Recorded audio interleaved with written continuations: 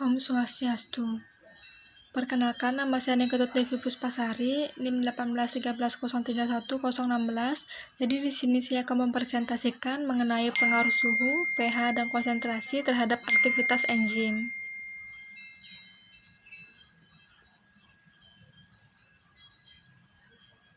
Soal pertama, apakah yang dimaksud dengan enzim?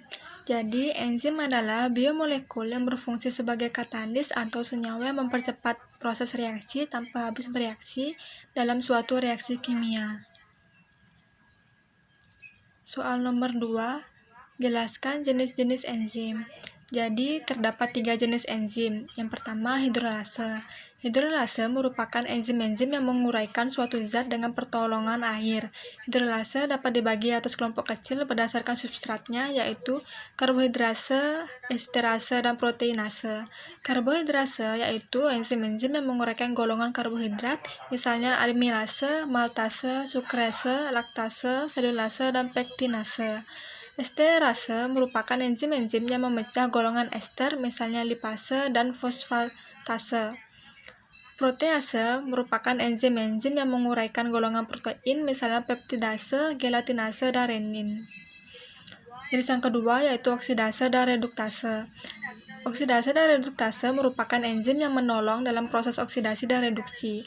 Enzim oksidase ini dibagi lagi menjadi dehidrogenase dan katalase. Jenis yang ketiga yaitu desmolase. Desmolase merupakan enzim-enzim yang memutuskan ikatan-ikatan CC, CN, dan beberapa ikatan lainnya. Enzim desmolase dapat dibagi lagi menjadi karboksilase dan transaminase. Soal nomor 3 yaitu mengapa enzim disebut dengan biokatalisator. Jadi, enzim disebut dengan biokatalisator karena enzim mempunyai peranan sebagai katalis di dalam tubuh makhluk hidup. Hal ini dikarenakan enzim mempunyai kemampuan untuk mempercepat terjadinya reaksi tanpa ikut bereaksi dan tidak terjadi perubahan pada struktur kimia reaksi tersebut. Soal nomor 4, jelaskan dan beri contoh tentang mekanisme kerja enzim. Jadi, enzim bekerja dengan cara bereaksi dengan molekul substrat untuk menghasilkan senyawa intermediate melalui suatu reaksi kimia organik yang membutuhkan energi aktivasi lebih rendah, sehingga mempercepat reaksi kimia terjadi karena reaksi kimia dengan energi aktivasi lebih tinggi membutuhkan waktu lebih lama. Sebagai contoh, X ditambah C menghasilkan XC, Y ditambah XC menghasilkan XYC, XYC menghasilkan CZ, dan CZ menghasilkan C ditambah Z. Selain itu, model mekanisme kerja enzim juga dapat dibagi menjadi 2 teori, yaitu teori kunci dan gembok serta ketetapan induksi. Jadi, teori menurut kunci dan gembok ini, cara kerja enzim mirip dengan mekanisme kerja kunci dan gembok. Enzim diibaratkan sebagai kunci yang memiliki sisi aktif, sedangkan substratnya diibaratkan sebagai gembok. Substrat memasuki sisi aktif dari enzim seperti halnya kunci memasuki gembok. Substrat tersebut kemudian diubah menjadi produk tertentu. Produk inilah yang kemudian dilepaskan dari sisi aktif enzim untuk kemudian enzim siap menerima substrat baru. Dan teori kedua ini menyatakan bahwa enzim memiliki sisi aktif yang mudah menyesuaikan dengan bentuk substratnya. Pada saat substrat bertemu dengan enzim, maka sisi aktif enzim berubah sedemikian rupa sehingga cocok dengan substrat dan terbentuklah kompleks enzim substrat. Soal nomor 5. Dalam mempelajari enzim, ada yang disebut dengan isoenzim. Jelaskan apa yang dimaksud dengan isoenzim. Jadi, isoenzim merupakan bentuk berbeda dari enzim yang mengkatalisis reaksi yang sama, tetapi mempunyai sifat-sifat fisik dan kinetik yang berbeda, seperti titik isoelektrik, pH optimum, afinitas substrat, atau pengaruh inhibitor. Soal nomor 6, jelaskan apa yang Anda ketahui tentang koenzim dan gugus prostetik.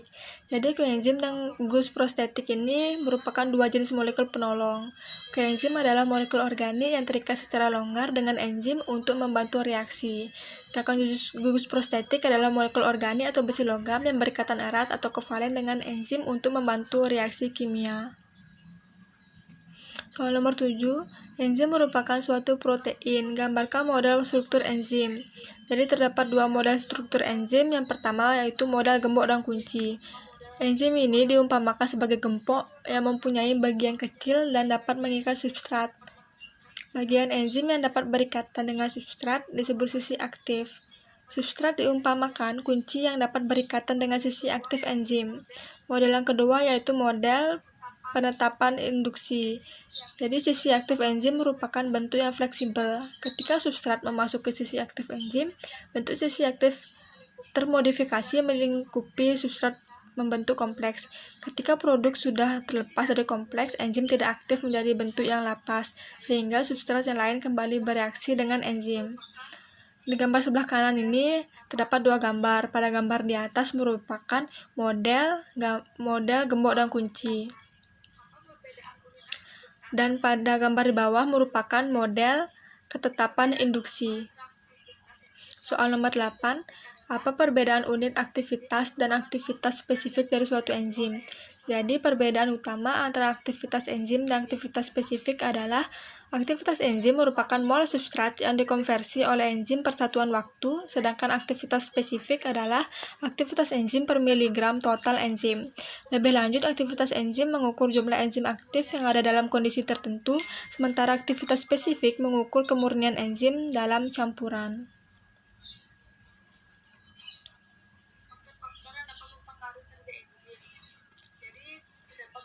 Soal nomor 9, sebutkan faktor-faktor yang dapat mempengaruhi kerja enzim.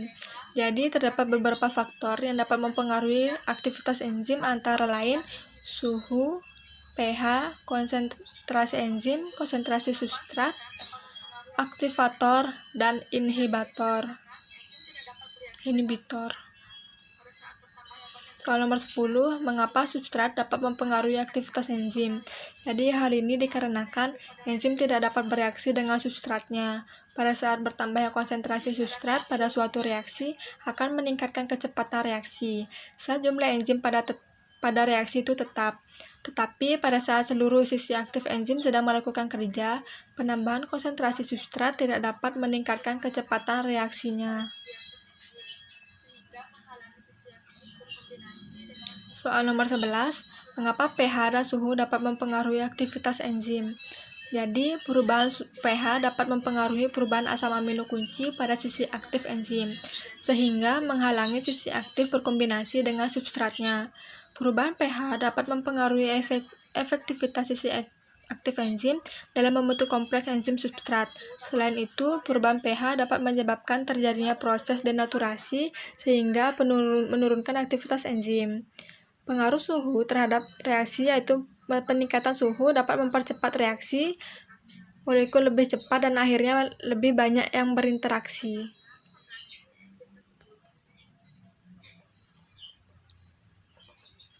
Soal nomor 12, mengapa konsentrasi enzim dapat mempengaruhi aktivitasnya?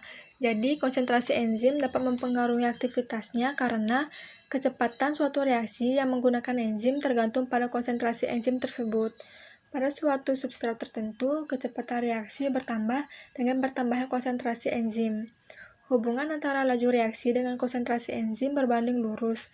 Jadi, semakin besar konsentrasi enzim, maka semakin cepat laju reaksi yang tertera pada enzim. Soal nomor 13, jelaskan prinsip kerja percobaan pengaruh suhu, pH, substrat terhadap aktivitas enzim. Jadi, enzim diuji pada pH tinggi atau optimum, pada suhu antara 25 derajat Celcius sampai dengan suhu 38 derajat Celcius, dan pada konsentrasi substrat mendekati jenuh. Pada keadaan ini, laju reaksi awal biasanya sebanding dengan konsentrasi enzim. Dengan mengetahui konsentrasi enzim yang digunakan dalam reaksi, maka akan terlihat pengaruhnya terhadap aktivitas enzim. Aktivitas enzim secara konvensional dilakukan dengan pengukuran kecepatan terbentuknya produk atau kecepatan hilangnya substrat. Jika substrat atau produk menyerap sinar pada panjang gelombang spesifik, perubahan konsentrasi substrat atau produk dapat diukur melalui perubahan absorbansi pada panjang gelombang tertentu. Soal nomor 14, dalam percobaan menggunakan metode Anson, yakni ke dalam 2 ml filtrat, yang dihasilkan ditambahkan 4 ml NaOH 0,5 molar, kemudian ditambahkan 1 ml reagen Volin-Chiakalteu, lalu diaduk. Didiamkan selama 10 menit, kemudian diukur absorbansinya dengan spektronik 20. Pada panjang gelombang 650 nanometer, pertanyaannya, apa tujuan metode Anson tersebut? Fungsi reagen Follin-Ciokalteu, dan pada panjang gelombang 650 nanometer, sebutkan kompleks HP yang terbentuk. Jadi tujuan dari metode Anson yaitu supaya jumlah substrat yang dikatalisis oleh enzim bisa diketahui. Fungsi reagen Follin-Ciokalteu yaitu memberikan warna untuk pembacaan absorbansi pada spektrofotometer. Reagen Follin-Ciokalteu dapat mendeteksi residu tirosin dalam protein karena kandungan fenolik dalam residu tirosin yang mampu mereduksi reagen fosfostat dan fosfomolibdat menjadi tungstat dan molibdenum. Pada panjang gelombang 650 nanometer, terbentuknya kompleks asam amino dan reagen Follin-Ciokalteu.